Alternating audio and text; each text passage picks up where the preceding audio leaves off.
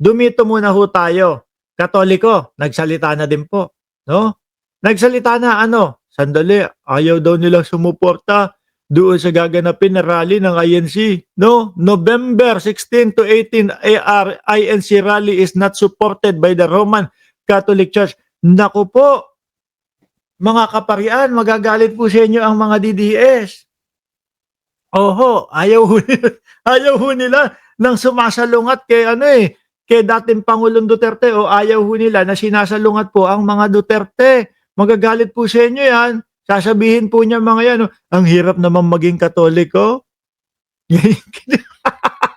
Sila, actually, sila lang naman ho ang nahihirapan, mga kababayan. Sasabihin ng mga DDS, ang hirap naman maging Katoliko. Sumasali sa politika, yung simbahang Katoliko. Pero ang sinusuportahan ninyo, yung rally ng simbahan ng INC, no? Na ang sinusuportahan, Sara Duterte, mga DDS.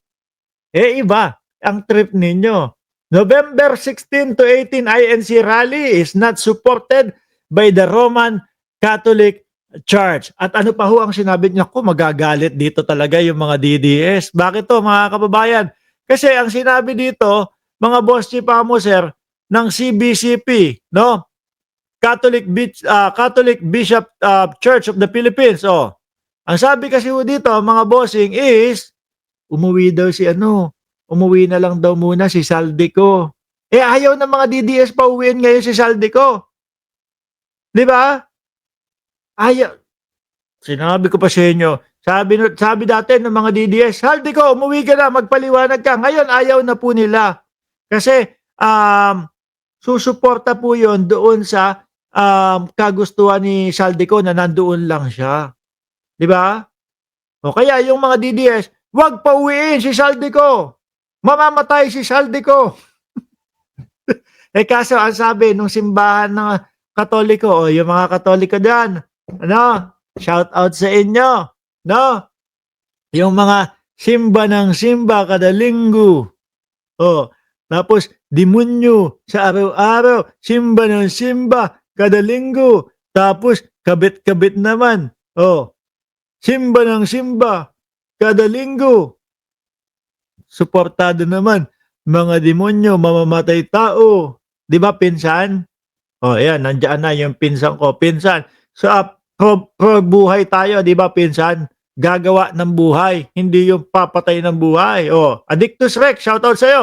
Sabi po ng CBCP, mga kababayan, in light of the serious allegation recently made public by Representative Saldico, the Catholic Bishop Conference of the Philippines. Yung pala yung Catholic Bishop Conference of the Philippines. Mali yung sinabi ko kanina. Calls for truth, justice, and due process to prevail. If his accusations are indeed credible and substantial, we urge him to return to the country and file his charges before the proper authorities. Mahirap ho naman kasi, mga kababayan, yung gagawin niya lang na tipong lang, magre-record ako, magbibideo ako, no? Tapos sasabihin ko si Bongbong Marcos ang nag-utos sa akin. Ganun lang. Walang takot, 'di ba? Bakit to? Magsinungaling man siya, hindi man totoo yung sinasabi niya, walang arestuhan o walang mananatili doon sa loob ng Senado. 'Di ba?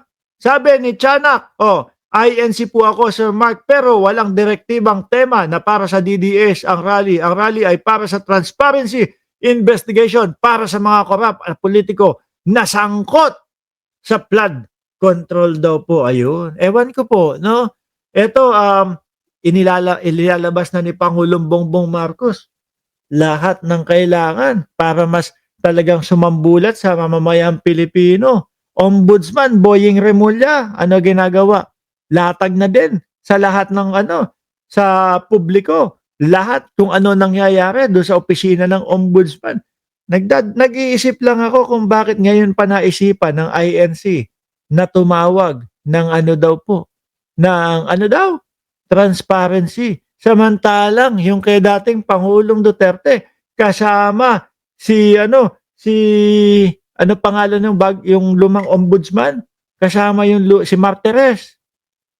itinago pa at pinahirapan pa ang mamamayang Pilipino para do'n sa salin ng mga politiko. Meron pang pa-secret-secret na, desisyon.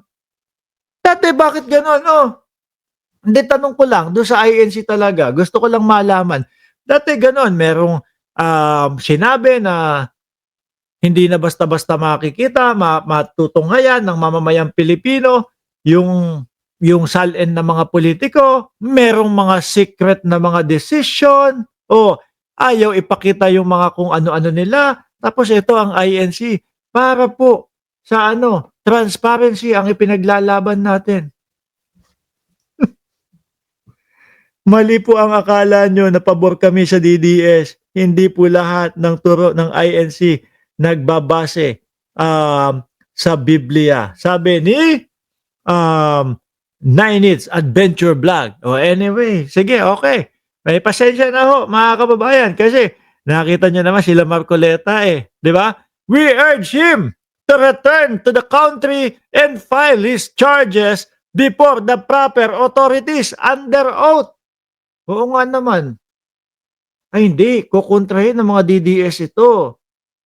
Ang sasabihin ng mga DDS, naku, hindi pwedeng umuwi. Iyang si Saldico kasi papatayin yan. Bagong hero po nila yan, ha? Yan po ang bagong bayani ng mga DDS.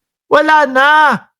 Kiko Barsaga, di na pinapansin yun, di ba Ma'am Neng Gigi? Sa mga statement ng INC, pro Duterte sila. Ayan, si Ma'am Neng Gigi na yung nagsabi.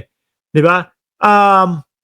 Hindi na pinapansin si Kiko Barsaga ngayon. Di ba Alicia Duran? Wala na. Natabunan na nino. Natabunan na ni Saldico. Oh, ngayon, ang bagong hero o ang bagong bayani ng mga DDS, wala na pong iba kundi si Saldico. Pumapangalawa po si Anjo Iliana. Oo, Anjo Iliana, kasali yan, di ba? Oh, tuloy. Public declaration on social media, however alarming, cannot take the place of formal testimony in the appropriate legal venues. For the goods of the nation, such claims must be examined transparency, impartially, and in accordance with the rule of law.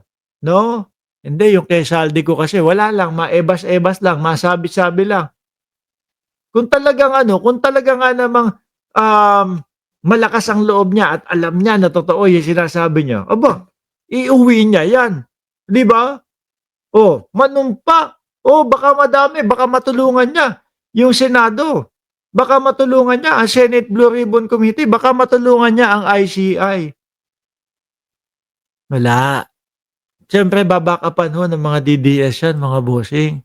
Yun nga lang hong simple na sinabi na inutusan ako ni Bongbong Marcos. No? Si Bongbong Marcos ang nagpapasok ng 100 million. Sabi ni Irene Bagiwong, nagsasaya na ang mga DDS. Ewan ko. Baka mamaya biglang mga nakayukayok yan. Baka mamaya pagkatapos ng pangatlong rally, pangatlong araw, kailan ba? 16 to 18? Baka pa 18 na. O, siguro baka alas 8 ng gabi. Hindi pa din bumababa si Pangulong Bongbong Marcos kasi alam niya kung gaano kadami yung majority. Baka yan, mag-uwian na kagano, no? Marcos pa din presidente. Di ba? Pagod lang tayo. Marcos pa din presidente. Aray. Saklap, no? Nakakapagod yung mga ginagawa nila. Tapos, pagdating ng ikatlong araw, Marcos pa din ang presidente. Umaasa yung mga yan. Sabi ni Alexander the Great, Saldico, itinuturo si PBBM na mastermind na korupsyon. Kasi nga, kung mapalitan si PBBM ni Sara, ligtas na sila sa mga korupsyon nila sa flood control. Pero kaming mga loyalista at mga kakamping matatalino. Oho, naka-back up tayo kay Pangulong Bongbong Marcos, mga bossing. Biruin nyo minsan lang po tayo dalawin ni Ma'am Betty Baniked. Minsan lang po tayo magkaroon ng presidente na papalag po doon sa mga big time na mga Pilipino, malalaking mga Pilipino po Minsan lang po. Kaya nga 'di ba tameme lang si Duterte dati nung panahon niya, hindi niya kinaya yang mga yan. Pero eto, tingin ko kahit alam na alam natin na kayang-kaya ni Pangulong Bongbong Marcos, kailangan pa din po nasa likod tayo ni Pangulong Bongbong Marcos, mga kababayan. 'Di ba Ma'am Betty Baniked, yung pagbulgar ni PBBM, 'di ba transparency 'yon. Ano pa ang gusto nila? Wala, baka papansin baka papansin lang ho.